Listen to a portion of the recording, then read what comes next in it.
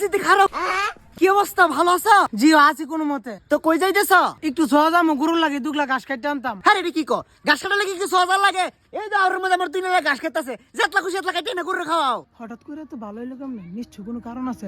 তো ঘাস আনলে নি আপনার মনে আবার মারে আমারে? মনের পাপের ক্ষমতা আছে তোমার ছেলের মধ্যে টাচ করার। যেতলা এতলা ঘাস কাটতে আনবা।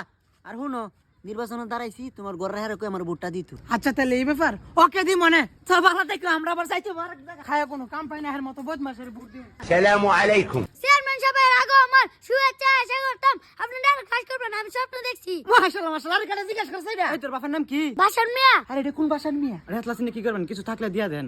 মানে তো টিয়া আনছি না।